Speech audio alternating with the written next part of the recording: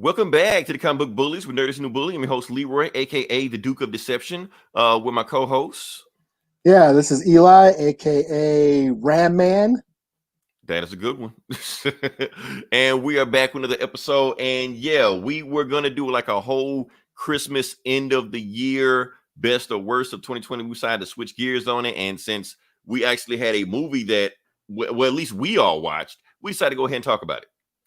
So for those who don't know, this just is going to be a spoiler-filled special episode that we used to do before the world went to shit. Was there a comic book movie? Oh yeah, there was a couple for 2020. There was a couple, and the thing is, I'm shocked that they were in 2020. Like Birds of Prey came out in 2020, and Bloodshot came out in 2020. Like, really?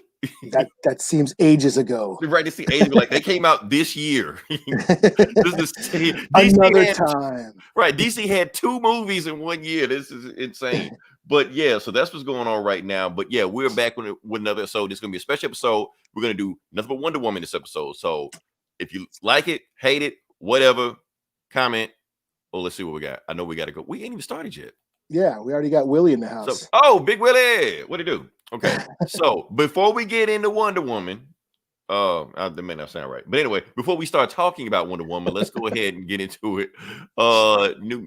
That did come out. Yeah, again, ages ago, and another time. Yeah, another way back in July.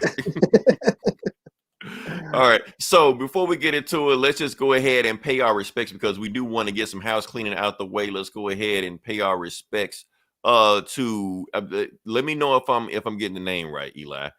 Oh, it's right there. John Ecstasy Fletcher. Yeah, Ecstasy, yeah, John Ecstasy Fletcher. And what he was known for, John Ecstasy Fletcher, was a rapper. He was with the group called Houdini. He passed at the age, I want to say 56. Like I said, this is Houdini back in the 80s. If you're a rap fan, you know who they are. Even if you're not a rap fan, you probably still know who they are. Because the thing is, they were so huge. Not only were they huge, they were influential. Like they have so many songs like One Love, Friends. Freaks Come Out at Night. Freaks Come Out at Night. There's so many songs that they were involved in that people kind of like outright sample from their music, that they were such a big deal back then. So yeah.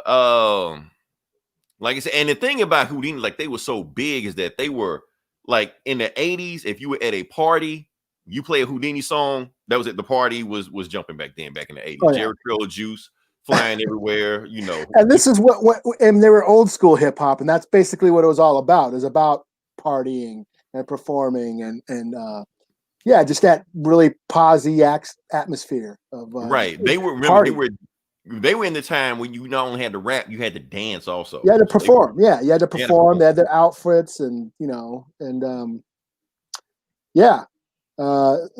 what I call like my favorite kind of rap. Like I love that stuff. I love back, the old Run DMC, UTFO, the era that these guys came out in. Right. The boom bap, Yeah.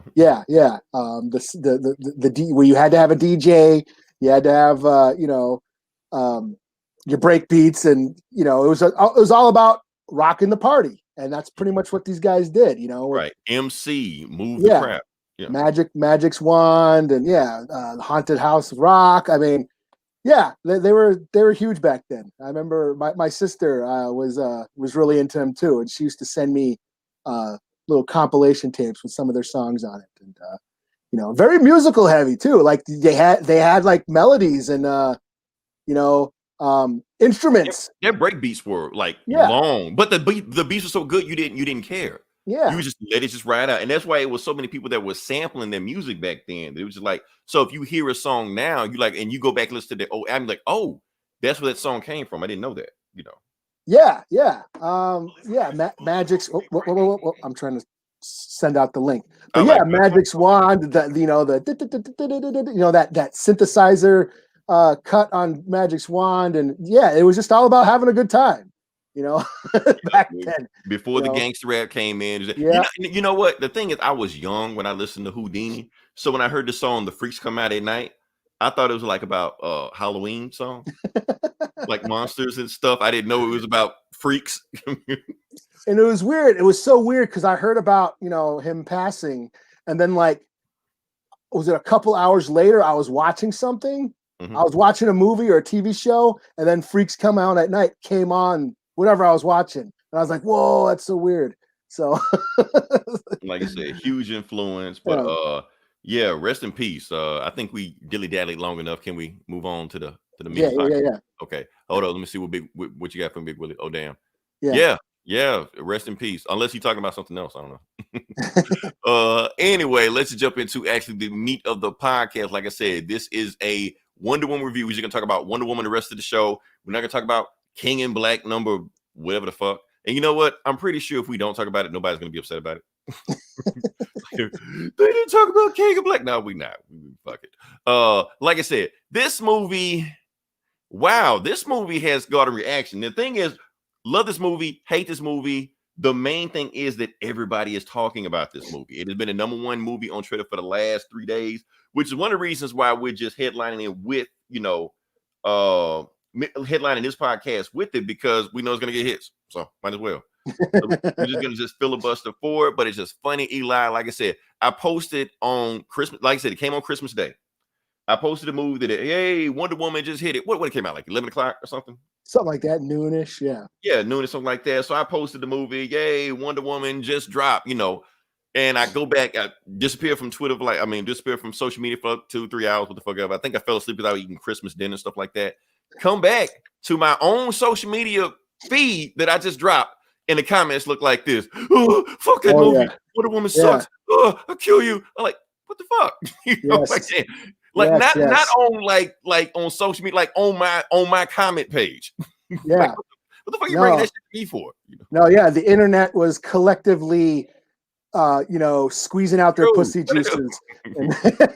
Yeah, DC. Yes, we're gonna talk about that too, Willie. Like soon as this movie hit, I guess DC is satisfied with the numbers, like with HBO streaming and with the theaters that came out. They went ahead and just fast tracked. So Wonder Woman 3 is already greenlit. Patty Jenkins is going to direct it. Gal Gadot is going to star in it. So Patty Jenkins will be the first female director to have her own superhero trilogy. So yeah, there you go. Yeah, didn't mean to cut you off, Eli. I know you had a. I mean, I noticed it too. I noticed the internet got kicked in their vagina over this movie. Like they really, but the thing was, it felt like it mutated, Eli. For me, it mutated because I mean, even though I kind of not just on my timeline, like I said, my timeline went nuts. But just monitoring social media on this movie and just tracking how it went.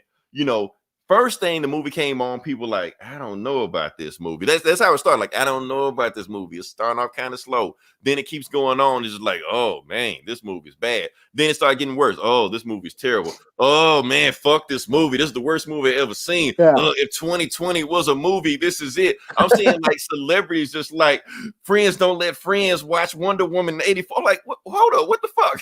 What is going on here? And I'm just like, hey, it ramped up just that fast. That escalated quickly. Yeah, and I'm just like, hey, they ain't bitching about Star Wars anymore. Cool. Now, that's the thing. If I saw it would have asked for my money back. Exactly. And you know what, Eli? This feels like the Last Jedi of 2020. It is. Now, take that for what you will. But that's what it feels like because how fast it ramped up. Because just like the Last Jedi, like Rotten Tomatoes had this high score, and then the more it came out, it just get lower and lower and lower. Same thing, Wonder Woman.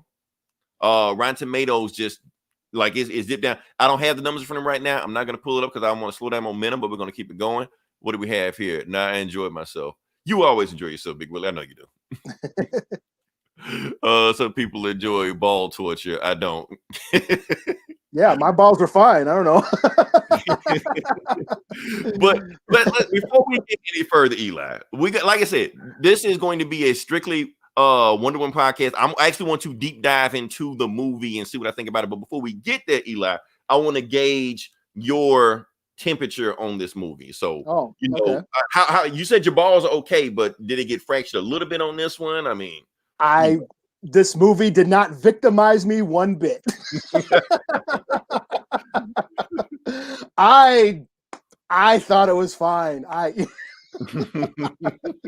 Boom goes the dynamite. How dare you, Eli? I actually kind of liked it. I thought it was long. I'll give you all that. It was long. And that's the thing. Like I said, we're not gonna just suck Wonder Woman's. Well, we can't say that because You know, right, all day. Look at her dick. Yeah, her Right, big that doesn't fucking even make huge, any sense. her big huge dick that's fucking the world right now. Right. And so we're not going to do that. We're going to be fair and objective about it. Any bad things that we do see in the movie, we will discuss it. Also, we're going to go there. But I'll let you continue on that. So. Yeah, I thought. Yeah, I thought it was long. Mm-hmm. I thought the cheetah was a little bit. I thought it's not so much. Well, even the CGI, but just her look. I was hoping for a little bit more monster look. You know, I'm a creature feature kind of guy. Right. I wish she had more creature features. Yeah, she looked a little too human for me. You know, even when she had all the hair and the tail and shit. I mean, but that kind of how she is in the comics, though. She kind of like just sexy cat lady. You know. Yeah, I wanted more Chitara, I guess. From the Thundercats. Hell, Chitara was sexy as fuck in that cartoon, though. Yeah, but she still had more cat-like features. It's just like she had like white makeup on. You know, that was my only, about that. But other than that, I had a good time. I don't know. I can't, I'm like trying to be objective. Like, wow, damn, people really hate this shit. I'm like, really? Like they really hate this movie. That's the fucked up part about it. So, okay, like, all right. I mean, I'm trying to compare. Because they said it was like another superhero movie that I know like fucking sucked, but I'm trying to remember what it was. But I know I just saw this is the worst movie I've seen. People are already saying it's the worst movie of the decade. This is the first year of the decade. I mean, yeah. I mean, I thought it was bright. I mean, I like the bright colors. I could actually see shit. Because like the last movie was still stuck in the Snyderverse, where it was all dark and dreary, and like the ending fight with Ares was all full of smoke and debris, like the Doomsday fight. You know what I'm saying? It was like just shit in the screen where you couldn't see shit. And I could see shit in this movie. It was bright. But see, I think that's one of the criticism. Well, no, not criticism, but it's one of the themes of the first Wonder Woman movie is that, Themyscira, Paradise Island is so hopeful and all the stuff like that. Then she goes to the shit real world, the Snyderverse or whatever. But the shit real world in this movie, you could see. You could see shit in the shit real world. I thought it was. Fat T, what it do? It's so bad brains. Oh yeah, the bad brains. That's actually there was actually an article written about that. The whole there's a scene where like a bunch of punk rockers walk through are in a scene and they're wearing a bunch of band t-shirts. One of them is okay. Let me ask you this: is that the they were in a record store or something like that, stole some sunglasses and like in the very beginning? I can't remember which scene it was, but it was a bunch of punk rockers. They're wearing a bunch of like band shirts, Bad Brains, and one of them is the Cro-Mags, the Age of Quarrel album. And a bunch of punk and metalheads went on the internet and bitched about, hey, Age of Quarrel, that album didn't come out till 86. There's a lot of historical accuracies if you want to just dig into it. Yeah. In this one. But it turns out John Joseph, the singer of the Cro-Mags, is actually friends with Patty Jenkins, because I guess Patty Jenkins used to go to like hardcore punk shows back in the day. So they actually know each other. And he clarified that the Age of Quarrel demo tape came out in 84. And he actually personally gave Patty Jenkins permission to use the Cro-Mag shirt in the movie. So cool. So everybody bitched for no reason, and they were wrong about it. So that's just, I digress. I mean, I'm pretty sure people aren't shitting in the movie because they need 80. Yes. You know what? More Duran Duran, more Prince. I'm conflicted on that. Because it would have been so easy to just fill this shit up with like dad rock, from the 80s and just call it a day. And everybody was like, oh, the soundtrack is great. Now, I would wish it was a little bit more. I think there was an 80s song in there. Remember when they was in the the party that he threw? Yeah, like Frankie Goes to Hollywood or some shit. Some shit like it was like one 80s song on there. Yeah. I wish there was more, but I don't want them over there. I don't want another Guardians of the Galaxy where you just, or Stranger Things, with just I mean, I don't want to one where it beats you over the head with it. To have it in the background every now and then. So they could have did that. As far as the 80s, I think they took advantage of the 80s style and feel. Honestly, they took advantage of the 80s movie scene, style, basically the way they made movies in the 80s. Think about the whole plot of this movie. Now, I know we kind of jumping the gun, but I'm going to just jump into that right now. Now, Eli, we came from the 80s. We know how the 80s were. We were there. This isn't shit we heard about. We were there. at the time. We know how all these movies where they were all wish fulfillment movies. You're sitting up there, you're bored. I wish I was blah, blah, blah, blah, blah. Big, all those body swapping movies back then and shit like that. They was all through the 80s, stuff like that. Yeah. And it was pretty much just like that. You say this movie was hopeful. I do say it was hopeful, but I think that what they were trying to do, they was trying to be very specifically like the Richard Donner movies. The Superman, if we don't know who Richard Donner is. He made the first 2 Superman movies. Yeah, not The Omen. Right. Which was awesome also. But like I said, because this main screenwriter, and I wish I had a picture, but I'm not going to put on it. The main screenwriter on this movie was Jeff Johns. And you could feel. I did see Jeff Johns on the credits. And I thought you were going to say you could feel Jeff Johns on this script, because it felt like Jeff. Because the thing is, Jeff Johns worshiped the ground that Richard Donner walks on. There's no real apply stuff can live until it takes care of itself. Pretty much. Yep, it did, Drew. What was I talking about? It was like a Richard Donner movie. Jeff Johns worshiped the ground Richard Donner walks on. He's been trying to get these movies back to the Richard Donner feel since there is no Zack Snyder over him to tell him what he can and can't do. He just ran wild in this movie. So honestly, if you really look at the plot of this movie, it is the plot of Superman 2. Because there's a bunch of stuff that goes on in this movie. First, remember how let me follow me. Okay. Okay. I'm just trying to like the 3 Kryptonians come down. No 3 Kryptonians came down, but if you think about the main plot of the movie, Superman gave up his powers to be with the love of his life. Oh yeah, that's right. That was the main plot of the power. Meanwhile, while he's doing that, the world goes to complete shit. Like I said, the main bad guy, Zod, in that movie invades the White House. In this movie, Max Malloy invades the White House, which I would go a little bit deep into that one also. Even the child hanging over the ledge of the movie at the beginning of it, it's like the Niagara Falls scenes. Oh yeah, the Niagara Falls scene. Yeah. So it's a lot of parallels they were doing with that, between Superman and Wonder Woman. Even the flying scene. She did the pose. Wonder Woman doesn't do that.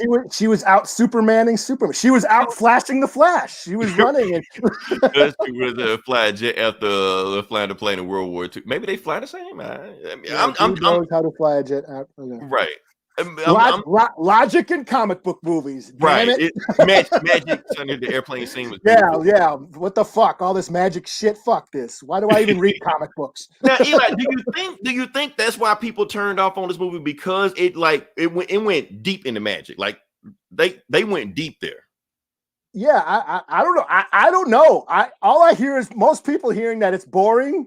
Okay. And then and then yeah, I don't know what the catalyst for all the hatred. Like, okay, there's got to be one thing that they missed, and then because they didn't get that one thing, now they're just shitting all over. They're finding all the other things that's wrong with it. Like The Last Jedi. Luke didn't kick ass in that movie, so therefore the rest of the movie sucks. This shit sucks.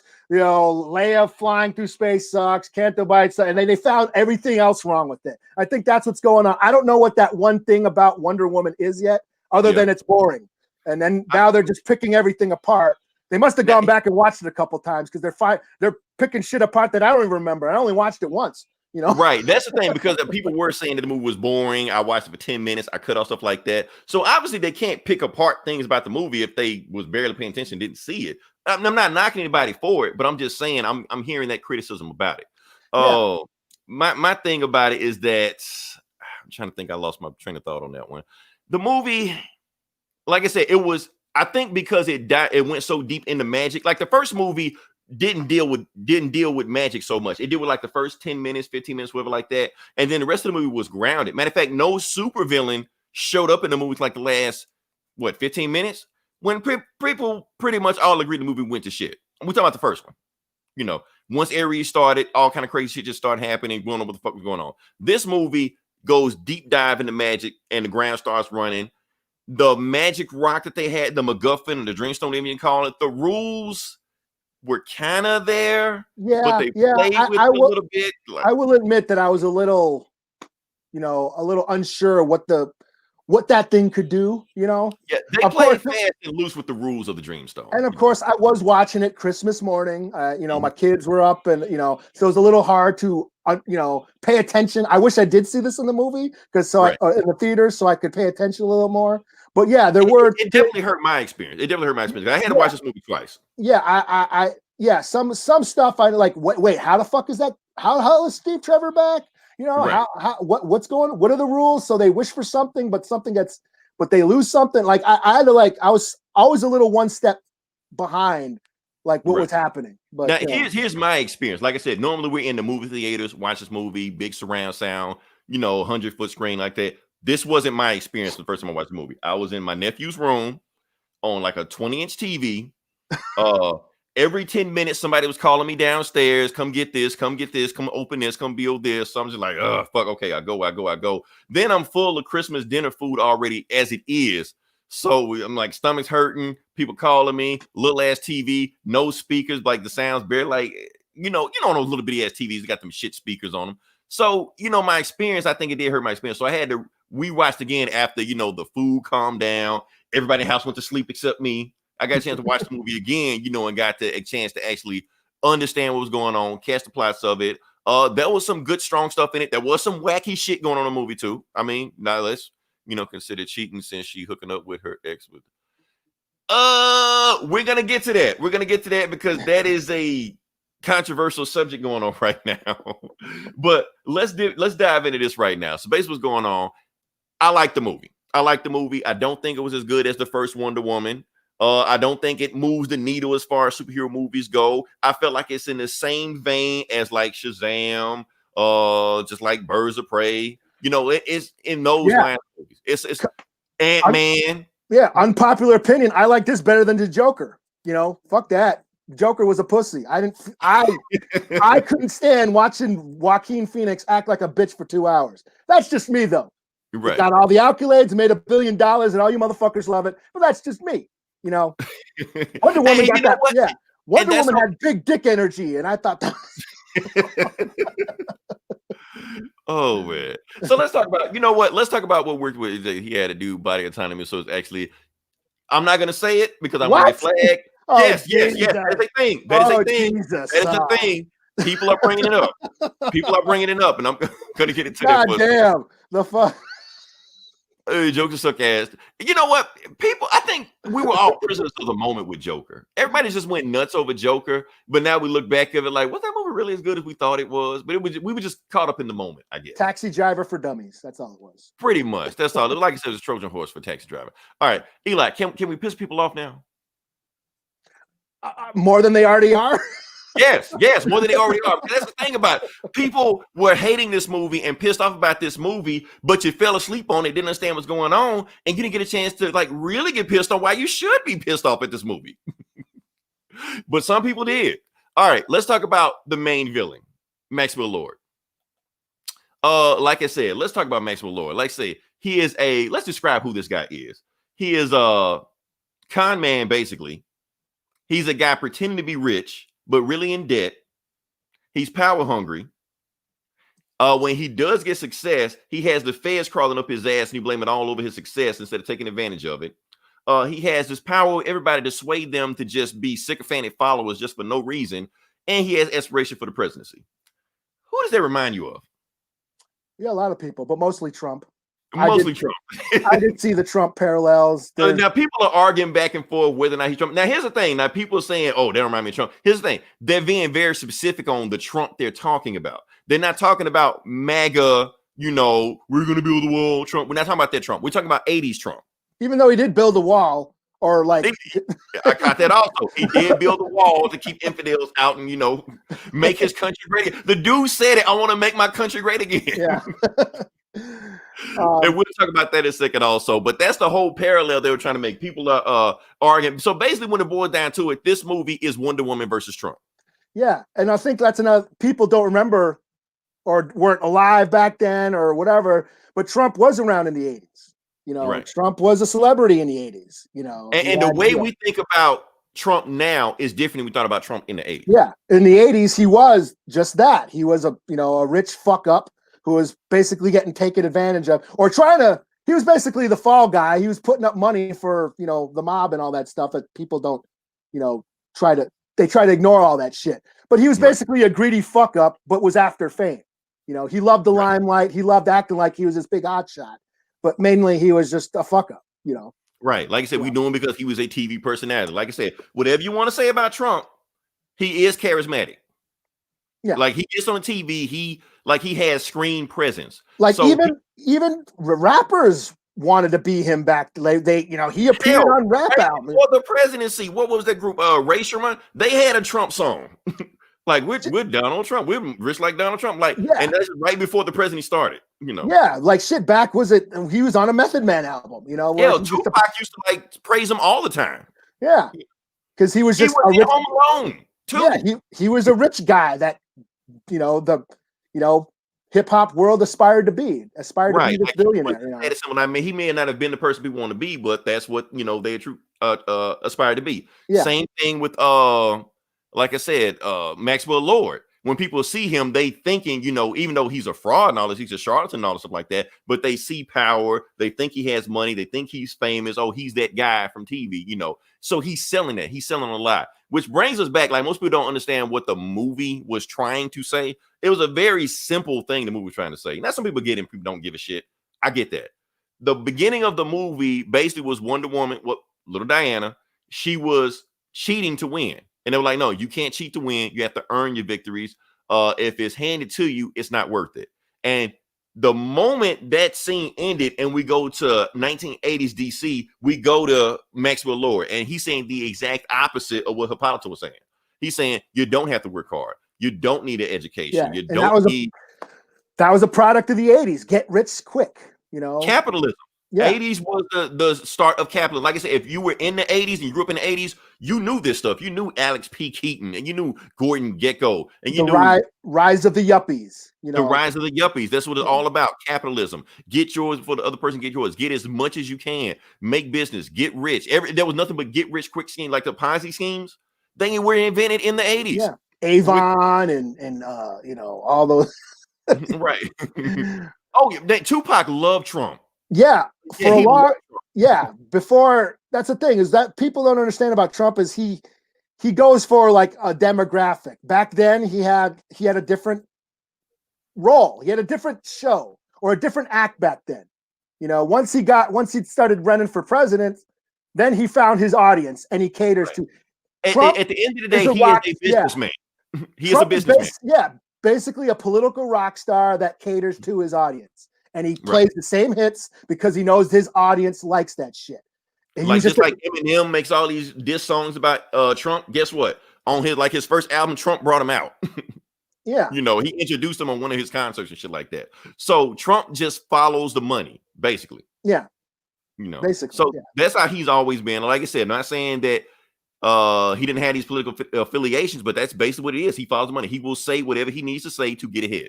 And just like when we go back to Maxwell Lord, basically the same thing. He will say, do anything, charm the pants off of you, literally, to get what he wants, and that's what he's doing in this movie. He's basically saying the exact opposite what Hippolyta was saying there, and direct contrary to something. You don't have to work. You don't have to work hard.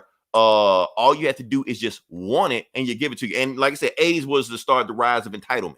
People just get anything if you just in the right place. That's why they called it the me generation. Right, exactly. That's where it all started.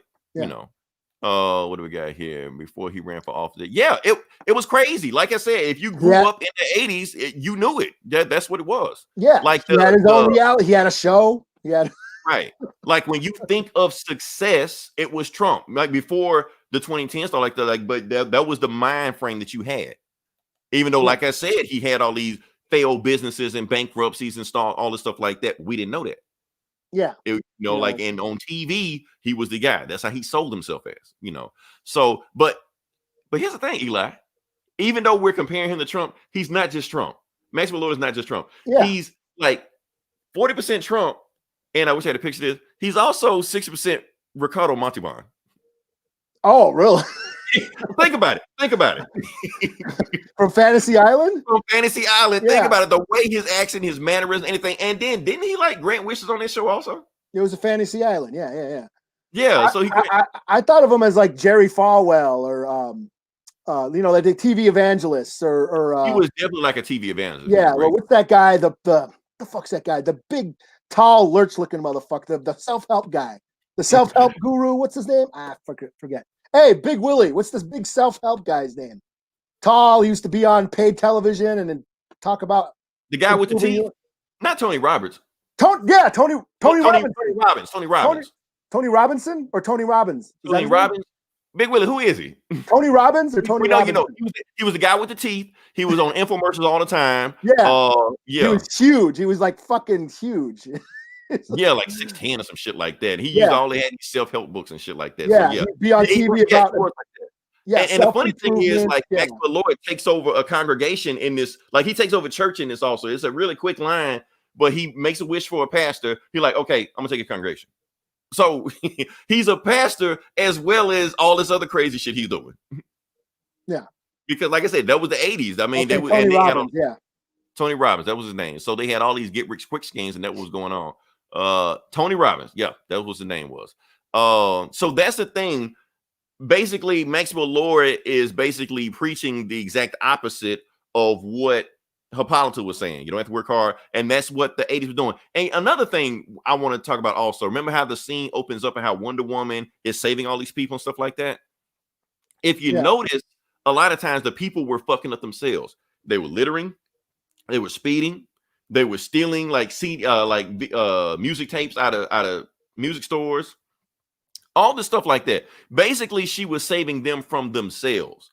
All the stuff that, because nobody wants to do anything else. Everybody was selfish.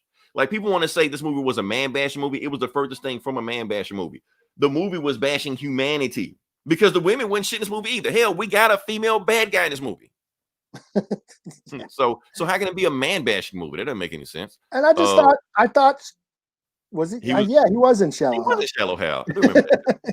But no, that's what I also liked. I think Wonder Woman's character was consistent with the last movie, where she's still very idealistic. She's very compassionate. I disagree. I think she's the exact opposite. I think she's. Well, I think after, I'm talking about, when she wants love and all that shit. She wishes for shit. But I still think, like, when she's fighting and she's like, kicking ass, she's still saving people. She doesn't kill anybody. She basically uses even at the end, she talks down Maxwell Lord. She tries to talk down Cheetah. She's still using compassion and peace and diplomacy to solve her problems. Right. Whether, opposite of like our normal comic book movies, it's just dude beating the shit out of each other. Like that, right? Yeah. So that's what I enjoy. Oh, she's still the same old sort of naive, idealistic, hero that she was in the last movie. Now, here's the thing. So is Wonder Woman perfect? She can't make a mistake. Now, in the first movie, she was perfect. I think that was the whole point of that movie, that she was perfect in this fucked up world. In this movie, she's not. She made a mistake. The whole point of the movie is that she made a mistake. She got caught up in the same greed and selfishness everybody else did because she's been in the world for so long. And she had to, that's the choice she had to make. Do I choose love and happiness, or is there a greater good? We are, like I said, I'm pretty sure there's going to be a whole bunch of feminist reviews on this that can break this shit down better than we can, but we're doing the best we can. So. Yeah, I know chicks hate this movie too. I don't know. Maybe I've seen all these like quote unquote woke chicks who are like hate this movie too. Like wish it was just dudes beating the shit out of each other too. Right, because that's what they want to see. They didn't want to see you. Like, here you go, feminists. Here's your woman director who wrote and directed this movie. Right. And try to fill it, what if a woman could, be, lead the world and be the change that we want to see in the world, and they still hate it. Right. So, but that's the whole point, I think, at the beginning of the movie, is that Wonder Woman was saving people from themselves. Now we can talk about the mall scene. Now, I'll be honest with you, Eli. If people say they hate this movie, the mall scene had me worried. The mall scene, because it was so cheesy. That music was blowing, and you had Wonder Woman like saving nothing but little girls. I'm like, it's gonna be that movie. Yeah, there was a lot of that, the woman empowerment. I did notice that. The stuff with the heels, the high heels, and hate it bad. So, like I said, a lot of people hate this movie, but that's the thing. But the mall scene had me worried. Like, but I feel like after we got to the mall scene, the movie wasn't as cheesy and saccharine as it was before. I think that Hans Zimmer score started kicking in and made the movie slowly start darker as it went on. I think. Now the only Easter egg that I could think of was the little black girl Was that a shout out to the little? What's that one girl with who can make flowers? What's that girl's name? Remember, it was in one of the comics. She can make flowers, and she looked up to Wonder Woman. You remember that? Yeah. Okay. Well, maybe. I guess you're the DC guy now. I don't know. I don't even know her name, but I just remember the little black girl that can make flowers. I don't remember a little bit. Did they kill her at the end of the story? I don't know. I don't think so. And I think it was all about kissing Wonder Woman's ass and girl power shit. Yeah, so that was cool. She was just saving little girls, beating the shit out of dudes, stuff like that. But it's like I said, I don't think it was a man bash movie, but definitely was a woman empowerment movie. It's like that. Now the Easter, I will bring us some Easter eggs real quick. Like, just trying to see what when I got. Okay, remember this guy? No. Okay. All right. So the guy that called out, Maxwell Lord by his real name, said it's a Ponzi scheme. If you don't get my money, I blah blah blah, do all this stuff like that. The old guy. Okay. Yeah. Okay. Anyway, that guy is Simon Stagg. Simon Stagg is like an asshole businessman that been in the DC comics up since the 70s, 80s, stuff like that. Anytime there you go. Yeah, that's one. So anytime DC needs like a asshole businessman to get killed off in like the first 5 minutes like that, they always get this guy. Okay. He was even in a mission in Arkham Knight. I don't know if you remember that. Shit. Yeah, you play. I mean, you play the game. You know. I played Arkham Knight. Yeah, I don't remember the guy's name though. He was on the blimp. Matter of fact, the blimp was called Stag Blimp. Or what the fuck? Oh yeah, I don't remember that, but yeah, I remember the blimp. Yeah, I played the game like a million times, so that's how I know it. Hold on, let's see what else we got here. Stag wasted character. Stag is always wasted character. They kill Stag in like every DC thing they do. I don't even remember from the Arkham game. He was there. They didn't kill him, but they just like stuck him in a thing and he just like disappears and stuff like that. Yeah. So yeah, so Stag just does stuff, just disappears, stuff like that. I'm trying to think what is I might be pressing the wrong thing. Oh yeah. Okay. Remember this guy. Okay, yeah. Okay. The oil baron, whatever like that. Okay. So do you remember the name of the country he was from? No, was it Kondak? No, it was not good. And I know I kind of gave it away. I kind of, showed my hand on that one, but he wasn't from Kondak. He was from Bialya. Okay. Now, Bialya is a fictional DC country also. It's just made up. It's not a real country, stuff like that. But Bialya and Kondak were at war with each other. And I think in one of the 52 comics, stuff like that. Okay. Yeah. So if you see this cover of 52, this is Black Adam standing over the dead bodies of a bunch of Bialyans. Because he was like, I'm tired of fucking war, I'm done. All right. So I'm thinking, since he said I want my ancient nation of Bialya to rise from whatever, I'm thinking The Rock wiped that shit off the map back 5,000 years ago. That's what I'm thinking. Maybe it didn't happen, but maybe, There you go. So that's one. What else we got here? Black Adam reference. Maybe it's Black Adam. I may be reaching, but maybe. What else? Okay, another Easter egg. Here's the thing: Maxwell Lord actually wasn't the big bad of the movie. Neither was Cheetah. Okay, there was another big bad over them. And was it the guy who was the guy with the stone or whatever, the god or whatever? Yeah, the god. The Duke of Deception. They said it in the movie. They actually like named a whole bunch of names of it. The god of blah blah blah, Dolos. Now in this, like the Duke of Deception, he was like Ares, like number one, henchman and stuff like that. But in this, they changed it where he's like the god of lies. I think they call him the Greek god of lies. So he's not Loki. He's like Loki's version of the Greek gods. Yeah, Loki is Norse. This is Greek. Totally opposite sides of. Yeah. But they do the same shit, basically. It's basically you're talking about Minnesota and Florida. And I think I fucked it up. I think I said it wrong. But anyway, yeah, that's what I meant. So those are the Easter eggs going on right now. So the Duke of Deception is actually the real big bad of the movie, which I like this because, like I said, one thing I don't know how I feel about the first movie is that basically it was saying like Ares was behind the scene doing everything. And I was like Ares should be a concept, the evil in within man. But then Ares just showed up at the end to start fucking up shit. Like, that's fucked up. But this one, it is the Duke of Deception. Like I said, he's the god of lies and deception. He powers something like that. He is a concept. Diana can't punch a concept. She has to beat it, by being the more high ground. I just figured they were referencing her, her comics. It's this, you know what? I'm thinking pretty much every, religion or mythology has a Loki type A person. trickster. The trickster god, whatever, you know. Yeah. But I thought that was just a little reference to her origins, you know, because there was Ares, there was all those Greek gods and goddesses that were in the comics, you know. And this was just one of them, I guess, you know. So it was one of them. So it's not like I needed to see this motherfucker, but I said, oh, okay, there you go. I mean, so I'm glad he didn't show up at the end. It is me, Diana. It's like, you know, I'm like, don't do that. Again, I wasn't triggered by it. I just, oh, okay. So I'm glad they didn't go that route with it, you know. Trying to think what else. Cheesy music. Cheetah. Now, what you think about Cheetah? I thought she was fine. Again, I thought it was a little long. It took a little long for her to get going. And I didn't, like I said, I didn't like her final design. That was my main thing. You know, my main gripe about this movie, other than it being a little long, was she didn't look as cool as I was hoping. You know, I wanted a little bit more monstrous, you know. But, you know, I don't know.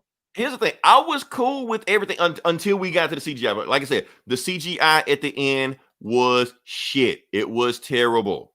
Like, it was just bad. Like, anytime you show it, you can't blink your eye and be like, if I squint my eyes, kind of like, no, it was just fucking like, how did that shit like go back? And plus, this movie was like delayed for like 2 years or a year and a half or some shit like that. Y'all couldn't fix that? I'm like, so first thing, I'm just trying to figure like why wasn't it supposed to come out during the summer? Yeah, no, it was supposed to come out like last summer. Yeah, it could come out last summer, but they pushed it back because Endgame dropped. That's why the fucking 4th of July shit. Exactly. That's why they flew through fireworks. There you go. There you I didn't go. think about that. I didn't think about that. You broke it was down. Like that big, huge fireworks thing, and it was all America. It's the 4th of July. It would have hit bigger, like I said, the 4th of July, and they flew through the thing, whatever, like that. And I'm like, that's cool. And it was like supposed to be this callback to, you know, original family values of, you know, what, you know, America, but, you know, an inclusive America. I guess that's what I got out of that scene. But I guess it would have hit harder if it did come out during the and that's why they did it. You're right, Dawson. That's of course, anytime they have bad CGI, they try to throw the shit at nighttime. It didn't work. It didn't. Yeah, water and yeah. And so I don't know. Yeah, this was like mustache on Superman bad. This was like bad. Like who approved this shit? You know. And again, I didn't like her face. Not or just how it didn't even look like Kristen Wiig. It just looked like some weird thing. And the fucked up part about, like, I was liking her performance up until that point. Like the White House scene, that was, to me, that was an awesome scene. Like they couldn't do like Killer Croc, like even like Suicide Squad, like actually put her in some prosthetic makeup. Oscar winning Suicide Squad. Because she let out of nowhere Invisible Plane say the Invisible Plane. That's the thing. Like there was so much shit that they forced in this movie. The Invisible Plane scene was forced. Like, she can turn shit invisible now? Okay. The angel costume, that was forced. Talking about the golden armor? The gold armor. Yeah, we already know that's the KC, the Kingdom Come armor. They were like, oh, it looked cool. Matter of fact, Alex Ross is pissed about this shit. Yeah, he made that shit for Kingdom Come, right? He made it for Kingdom Come, and they ain't gave him a dime for that shit. I remember I watched some of the the DC fandom shit, and one of the fans actually said, "Oh yeah, the Alex Ross golden armor." They didn't want to mention it. They didn't want to mention it. If they mentioned it, they gotta pay him. Alex Ross like, "Where's my money? Y'all making up this other bullshit about some myth? Nope, that's not it. Yeah. I made that shit." You know. But props to that fan for mentioning. It was in a Q&A. They were asking, you know, it was actually Patty Jenkins and Gal Gadot, and they're like, "Oh, the Alex Ross golden armor." So I was like, "Oh shit." Okay, so they mentioned it because they just made some bullshit on it. Because it really didn't make any sense why she needed the armor for this. Because she already got a power back, and she knew how to fly. Which, like, so what? So they just threw the armor in there just to say they got it. Yeah, like maybe if the actual if there was more stakes, because all she did was fight Cheetah. You know, yeah. Now, if she didn't know Cheetah was going to power herself up even more than what she was before, she just went there. You know. Yeah. Yeah. So I don't know. That's like I said, the movie wasn't perfect. There were some issues I had with the movie. It wasn't a perfect movie. I'm not gonna die on a hill defending Wonder Woman 1984. I'm just mentioning that I like the movie. If you hate the movie, that is perfectly fine. You know, what else? Yeah, I had a good time with it, but yeah, I like the first one better. I do want to say this. I do want to say this. They should never had her fly in this movie. I think because, like I said, they trying to tie it to the other movie stuff like that. Okay, she can fly.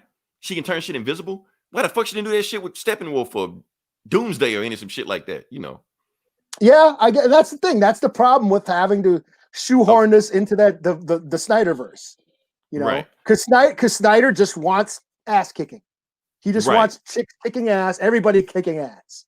And Patty Jenkins is like, oh no, she's a different sort of hero. She's more compassionate and you know wants to use her intelligence to solve problems. That's the point she's making. And that doesn't fit into Zack Snyder's let's just kick everybody's ass. It's fucking right. Because you can tell Patty Jenkins and Zack Snyder have a power struggle going on. Because like I said, when you do watch, you know, Gal Gadot in the Zack Snyder movies, there's number like ass shots and upskirt shots and shit like that, you know. But she looks totally hot, and she's like, kicking all mad the ass. Amazons, you know, cut off shorts and shit. You're like, come on, Zach, this is fetish fantasy island type bullshit. But you know, they had that thing going on. Chris Pine had to be in this movie, Eli. He had to be. I suppose that's another bitch. Okay, I can bitch about that. All right, y'all. I got something to bitch about. There you go. You've been waiting for Eli to guys, all right, haters, listen up. Eli is one of us. I don't really give a shit about him. I thought, like, even in the first movie, I thought, like, oh, the whole love story was forced, and she don't need this motherfucker. Fuck this guy. And this now he just has to be in this movie just to be another MacGuffin. You know, I thought he was pretty much useless. He's just there to give her something to, you know, to give her a little bit of, you know, to fuck up her character a little bit, you know, not fuck up, but like, as I mean, give her a fault. Yeah, give her a fault. And she needs a sidekick. Yeah, you know, she needs some idiot. Well, what do we do next? Well, and just, you know, to have her thoughts go through. So she needs like basically like instead of a Girl Friday, whatever the male version of that is, that's what he is. Yeah, and it's like, and that was some of the, not to shit on his performance. I thought he did fine, but like some of the stuff, like some of the comment, the role reversal of okay, now the first movie she was the the outcast in the wrong time, in the wrong, you know, the man out of place or the woman out of place. Now this one, it was the man out of place, the man out of time. And that stuff got a little redundant and like, okay, they're trying to milk the comedy and all that shit. I think that's the scene, Eli. I think that's the scene when people say they checked out. And I wish I had like a monitor of when people stop watching this movie or when they cut the movie off. But I'm the moment their heart broke. Yeah, right. It was just like fuck this movie. I'm almost guaranteeing it's that scene when people checked out. When basically doing a whole role reversal, because it did feel like it was just dragging on for no reason. It wasn't like really that engaging. We've already seen it in the first movie. They're just doing the same shit, just flip-flop. Yeah. You know, even the scene where, you know, when she was trying on suits in the first movie and they're doing it in this one, like it's there, but it's not like keeping me engaged in the story. Honestly, I felt like Chris Pine and Gal Gadot, like their like just regular scenes, was the weakest part of the movie. And I think some of it, I was like, okay, they're just like I get what they're trying to say, you know, especially when they're at the museum and they're showing all the planes, and he's like, oh my God, the progress man is basically saying, oh, humanity can be great when, you know, has, you know, the potential to be great. It's just, you know, they have this dark side of themselves, this greedy, destructive dark side to themselves. And that, you know, but I think that's the point she was making. It just dragged, you know. Yeah. I mean, it just like, I think it honestly, the movie worked when Kristen Wiig scenes was there and when Pedro Pascal was there. That worked. But when it was just them, it was just like, okay, we're going through movies again. But honestly, I think if Chris Pine wasn't there and they just made up some other random dude that she don't have chemistry with, I think those scenes would even be even worse. So yeah, I think, or just get rid of it. Get rid of it, and when Oh yeah, you could have got rid of it. Yeah. cut a half hour after this movie. It would have been fun. That's true, but you kind of had to have that in there. So when she made that sacrifice, it meant something. If it was just, they cut those scenes on it, just like, okay, she just killed a guy. Yeah, that's what it felt like. He felt like he was shoehorned in to give her a personal conflict. Because other than that, there really wasn't anything she had to, there really was no personal conflict, within her. She was, like you said, she was already perfect from the last movie. Right. This is her only flaw. Steve Trevor is her only flaw. Yeah. And he's just in there just to serve that just to give her that flaw, just to give her that personal conflict to get over. Yeah. So it's almost like he was just a object of affection, just like every woman is an object of affection in the male. I didn't mean to go there. I know we're gonna get shit on now. So it was this shit called Wonder Woman insert cookie cutter white man and do what he was just like I said, he was just there. He was an object of affection. That's all he was. The love interest. That's what I didn't like about the first movie. Like, I didn't mind him being there and her discovery, but like all of a sudden she wants to fuck this guy. He was her guy through the world, but now he's there out of nowhere. And now we can talk about the scene where he basically just hijacks a dude's body. Yeah, and they just but all that shit in the first movie. Oh, we don't need men to, we don't need men to procreate. We don't need men for sex. Blah blah blah. Then all of a sudden, hey, let's bang this guy. Right. That's what I was like. Oh, okay, that felt shoehorned in. The love story felt shoehorned in, but that's just. I guess they feel like you gotta have it, so it made her sacrifice that much more strong when she finally did it. Like I said, she has no flaw. This is her only flaw because the same. And let's talk about like the whole point of the movie where she would like Pedro Pascal or Maxwell, whatever you call it. He was granting everybody wishes. And even Wonder Woman, succumbed to that wish also. She succumbed to that weakness, Or maybe they were making a statement about male rape. A lot of people are pissed off about this, man. A lot of people oh my God. Because he didn't give consent to fuck this hot ass chick. I mean, Eli, let's talk about it for a second. Let's say a ghost hijacks your body.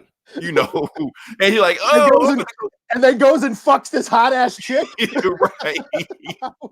You just wake up, it's like 2 or 3 like Playboy bunnies just around you and shit like that. What the fuck happened? Like, hey, can you unpossess me while we're fucking so I can enjoy this too? Right. Oh, Jesus Christ! What a bunch of pussies! Damn. People are triggered. Man. People are triggered about that. So. Oh, well, I just fucking I just victim blame. So we just we're canceled now. Right. Here we go. We go wherever Johnny Depp and Shia LaBeouf went. We're headed there also. Out to the pasture. Oh man. So yeah, that's my thing. He was just there, but it was a point that Diana didn't learn the lesson that she learned when she was younger. That you have to live by the truth.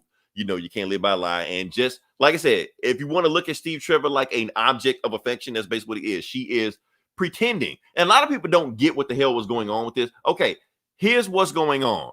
Steve Trevor quantum leaped into this guy's body. That's what happened. So if you've seen quantum leap, you know what happened. So everybody else sees the guy. As a matter of fact, even Diana sees the guy. She just sees past that guy to see what she wants to see.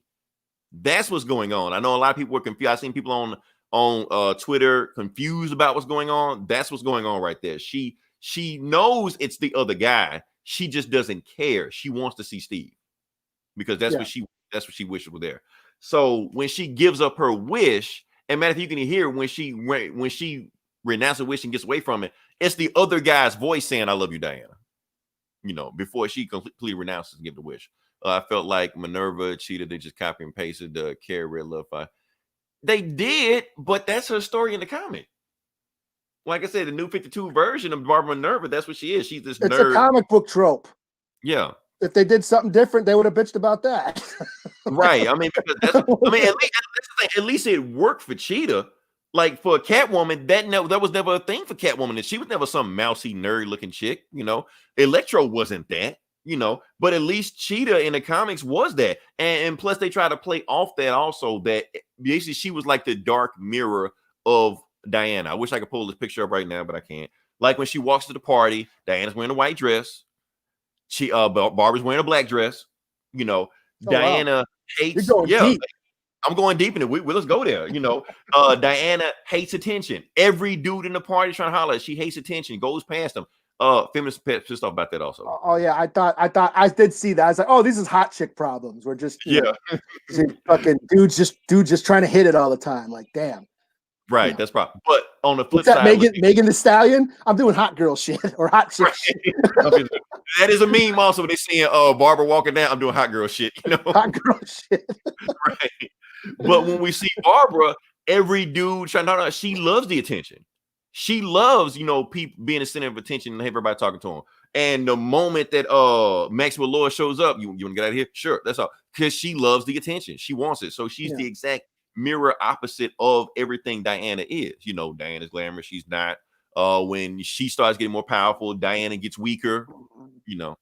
It's a role reversal about what's going on there. So, and they've always played off each other in the comics also. They've always been like mirror opposites of each other, which is another comic trope where you're basically fighting the same person as yourself, like Ant-Man and Yellow Jacket or whatever the fuck, Yeah, that's basically what happens in every comic book movie. They fight themselves.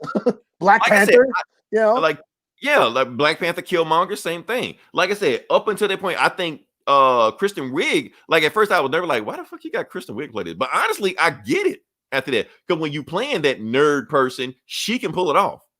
And then when she turns to the hot chick, I think that's why they got her. Yeah, that's what they got her, because she can actually pull that role off. But then she got hotter, she got stronger, and then the powers are different. That's another theme of the movie. Mortals getting godlike power. They can't handle it. Like I said, Maxwell Lord gets godlike power. Goes nuts, can't handle it. Barbara gets godlike power. Goes nuts, can't handle it. Thanos got godlike powers. Fucked everything up. Right. Yeah. So it was another theme of the movie that was going on. I think I want to talk about the last part of the scene also. Like I said, every other comic book movie we've seen, when the bad guy, when the good guy finally gets hands on the bad guy, they basically end by the good guy just beating the shit out of the bad guy, and that's it.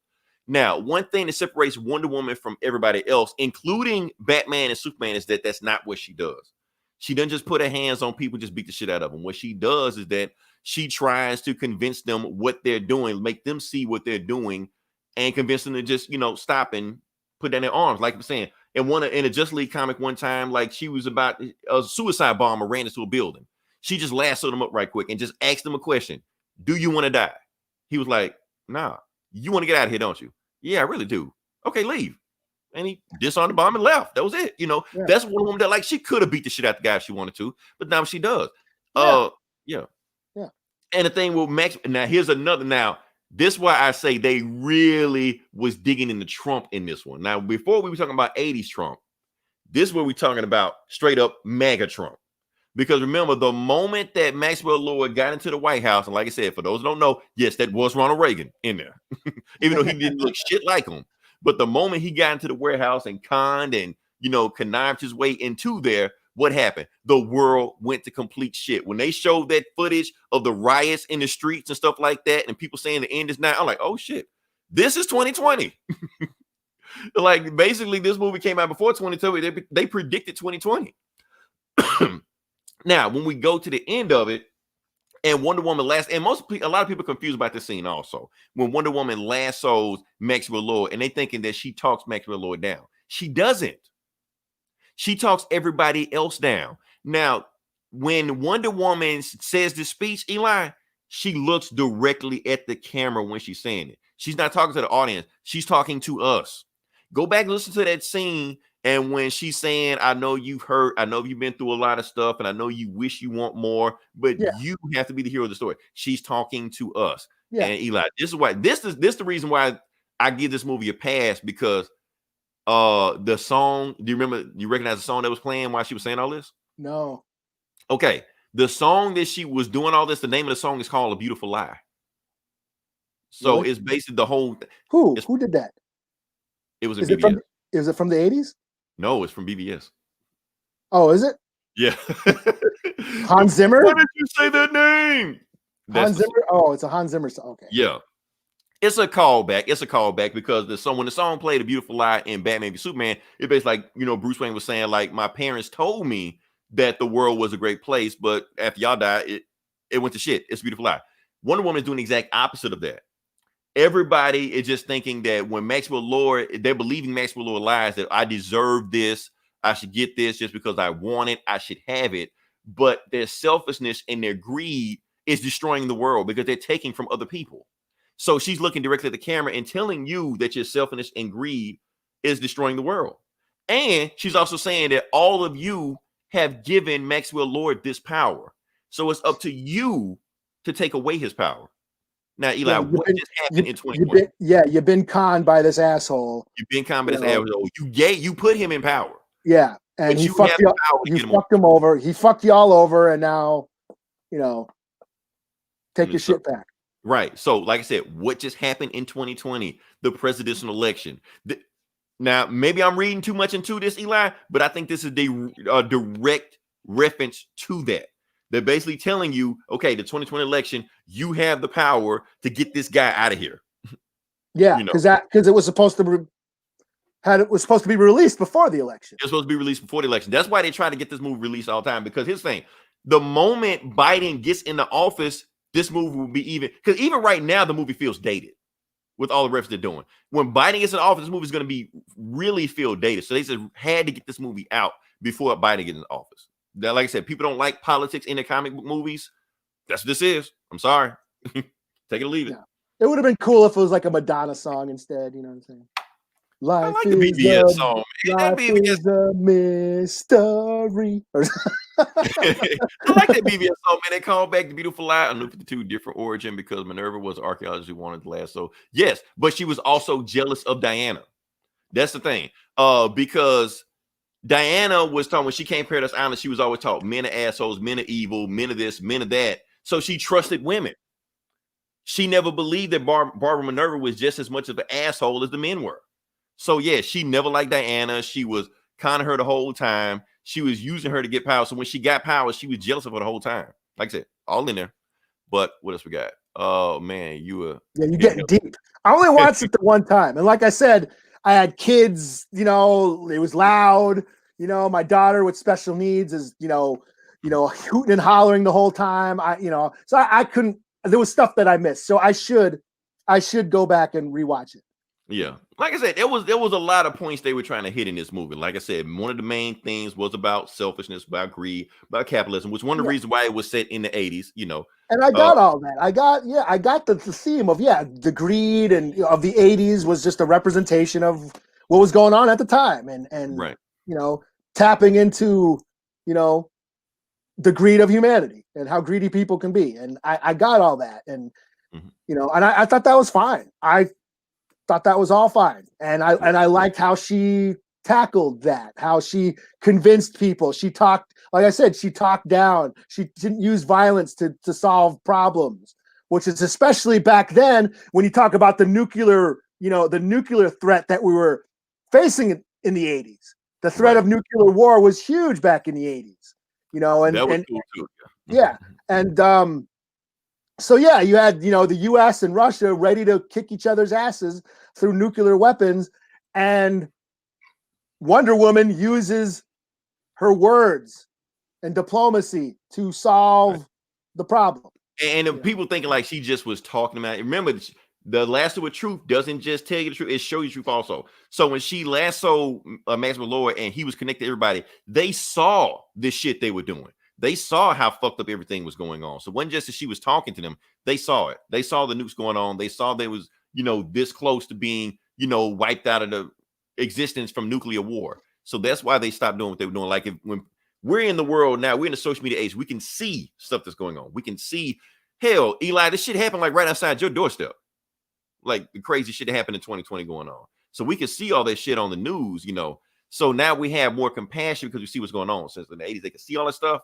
It hit. I think it hit. I think it was a powerful ending with what she did. It was much more effective than the cheetah fight that just kind of came and went. Yeah, that I felt like, okay, here's the comic book violence you need to throw in here, and let's just throw it in there. That's why cheetah is in the movie. They need somebody to punch. Yeah. Because she can't punch Maxwell Lord. She'll take his head off. She hit him one time, Yeah. Yeah.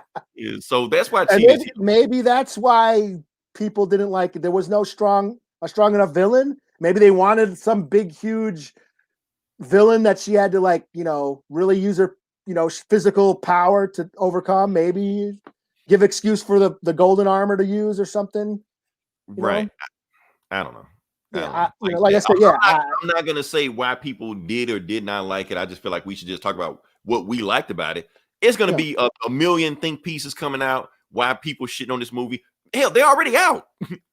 You trending? You just type in Wonder Woman. You're gonna see the end. Wonder Woman and just autofills sucks, bad, trash, rapist. Yeah. Yeah, that was a reach. I didn't know. So all this stuff is there. So, like I said, all we do is just talk about what we thought about the movie. But I was just hoping that if you hate the movie, at least you got the concept what the movie was doing. The CGI battle third act was nearly Every comic book movie. Yeah, and most of them suck anyway. So yeah. I don't know. Superman is Superman. Not really. I mean, Cheetah is like the number one villain she Yeah, had. She was in Super Friends with the Legion of Doom. Hanging around. She's always fighting like the Greek god, like Medusa or those Greek monsters and shit. She's always fighting. Right, and that's the real thing about Wonder Woman is like the best Wonder Woman stories are her fighting. Basically really digging into Greek mythology. That's her best stories. Yeah. So hopefully, just like I said, they got a third movie coming out. Hopefully, just dig deep in it. Everybody wants Dr. Psycho in the next movie. Remember the dude from Harley Quinn. Yeah, they want Peter Dinklage to play him. They just want him because he was in the Harley Quinn cartoon. That's all. Cersei, yeah. If they do, it has to be what's the chick's name? Eva Green. It's got to be Eva Green. Eva Green has to be in these movies. Somehow. Oh yeah. That chick's dope. Somehow, yeah. And so I don't care if that's Gerard Butler has to be Zeus. Zeus has to be in this movie. Who? Gerard Butler. Leonidas. Oh yeah. Yeah, he's got to be Zeus, and nobody else can play Zeus, and Liam Neeson, but we canceled him. So yeah, he was already Zeus in Clash of the in the other one, Release the Kraken, y'all, and stuff like that. So or he can be woke and have Idris Elba be Zeus. Oh no. Just to piss people off. I just love to see. Just have everybody bitch about it. More than they already are, Yeah. So I'm trying to think what else. Like I said, the ending, the after credit scene with Linda Carter showing up. Cool. That was Linda Carter. I don't really think we needed Linda Carter move, but I'm okay, I guess. Whatever. She was there. I didn't care. She could have not been there, and I wouldn't have cared either. Right. I mean, everybody was just saying she has to be in this movie. Like, she didn't really have to be. I mean, you don't see all these other Superman actors popping up in the Superman movies, or I was gonna say you don't see Michael Supergirl. They all show up on Supergirl. They all do, yeah. Every Lois Lane ever has been on that show, Shit, yeah, like Burt Ward and like on the Crisis and shit. Right. Everybody. They're gonna be too cheesy. Yes, Gigantic would be too cheesy, but in the world, the universe. Let me finish. Look, see, I'm just saying, like I said, in the world that's setting up for these movies, it would make sense because, like I said, they're going for the cheesy shit in this one. They're going for the 80s cheese in this one, so they could make Gigantic would fit. She wouldn't be a main villain. I can see her like a opening credit scene. She's just knocking, and you just want to see a 50-foot tall hot chick walking around the city. That's all you want, Eli. Yeah. From low angle, like on the camera, right. Ground shot. Just wearing his skirt, just walking, attacking a 50-foot woman. Oh, hey, we're podcast too. Love you, cut this poly return love. Cool. Right. Thanks, Ghost Show. Appreciate it. Yeah. Good looking out. Yeah. Are you gonna watch new? Yes, we will watch Lewis and Superman. I think that is a gay Superman movie coming out. So yeah. The Lewis and Superman show. I don't even know what that is. I think you meant Lois, but yeah. Oh. I was hoping you Oh, yeah. I'm a little slow. Yeah. McFly. Superman played the sky with a woman. So, like, what? Oh, he's yeah. telling the Oh, judge. yeah, I know what you're doing. I'm not going to quote it because I won't get flagged, but I know what you're doing, Waka, waka, waka. Oh, man. I think we're long enough on this review. We good on it. We don't need another hour on this one. Like I said, it's Wonder Woman. Honestly, we decided to do this because we know people are going to just jump in here and just bash this movie without listening to us. I hope you got it out. Get it out of your systems. That's what we're here for. No, if we log out, we will still get those comments. They're not going to listen to shit we say. They're gonna, Wonder Woman sucks. Wonder Woman's trash. Wonder Woman's a racist. And then log out. Not listen to shit we said. But that's okay. She's a racist. Oh, yes. I just posted it. I didn't say it so that we will get flagged and demonetized. Why didn't Steve Trevor choose a black guy's body? Then people got pissed about that. Oh, what cultural appropriation or some shit? White face. The whole thing about the Mayans. That's another thing I can bitch about. I was wondering what you're gonna bring that up. I wasn't gonna say. I was like, the Mayans, the Dreamstone, destroyed the Mayan civilization. Never mind the hundreds of years of Spanish colonization. But it was all the Dreamstone's fault. It was magic, aliens. That's what it was. It was not colonization. Yeah, don't blame the white man. It was the magic rock. It was the magic rock, space magic. Yeah. I was wondering were you going to bring it up or not, but yeah, that's the thing. I said, I could bitch, I just don't. Yeah. All right, Eli, slap a score on it. We never slapped a score on it. Out of 5. I'll give it a 3.5 out of. After talking through it, I probably would. Initially, I would have probably gave it a 4, but after talking through it, and hearing everybody's criticisms, right. I'll give it a 3.5 out of 5. Okay, I'm on the same boat you are. I think this is the first time we actually had the exact same rating on there. I gave it 3.5 out of 5. Honestly, it was about a 3, but when they played a beautiful lie got me. Like I said, they brought it back. Okay. In the end, she was kicking ass. Like I like that the truck scene where she's running and shit. And I thought this scene was awesome. People don't talk about that scene. I love the fucking mall where where it was like Spider-Man. She was out spidering Spider-Man. She was out flashing the flag. I didn't mind her flying. She does fly. There, she's flying now. Cool. Zack Snyder said you're not gonna fly. Patty Jenkins said, "Fuck you." She's gonna fly. Yeah, so. I didn't mind. Like I thought the action was cool, and like I could see the action. You know what I'm saying? So it did. And another thing, I'm not that big of a Wonder Woman fan. So right. Like I said, we rarely review Wonder Woman comics on this, if ever. I don't have this big emotional. I don't have this big emotional attachment to the character. So I took it for what it was. I watched it. I had a pretty decent time watching it. It was, like I said, it's not a perfect movie. It didn't wow. The first one wowed me. I love the first one. I ain't going to lie. I thought the first one was great. Especially the No Man's Land scene. I thought she was fucking dope. That was an iconic scene. In this movie, I don't think there's not a one iconic scene in this movie you just take away and be like, that's the scene. Yeah, other than maybe her like lassoing the lightning. I thought that was kind of cool. But yeah, there was no like this that was the defining moment of her character. Like the money shot. I didn't get it in this. Yeah, I guess, I will agree there. But other than that, I had a good time,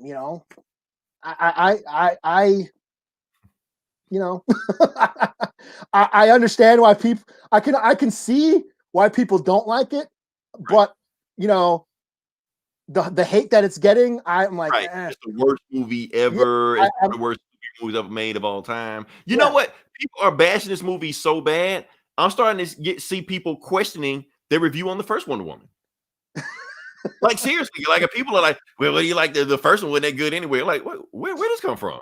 So people are just not bashing everything now, So and honestly, like I said, I'm not gonna defend it or think why people thinking, but one thing that come to mind is that I'm thinking like the internet works binary, ones and zeros, either the best or the worst. There is no middle ground. There is no 5 out of 10 for anything. You're either the best movie that wows me and you're better than Endgame. If you're not better than Endgame, you suck. You're the worst movie ever. It's one of so you can't be all right. You can't do that. Yeah.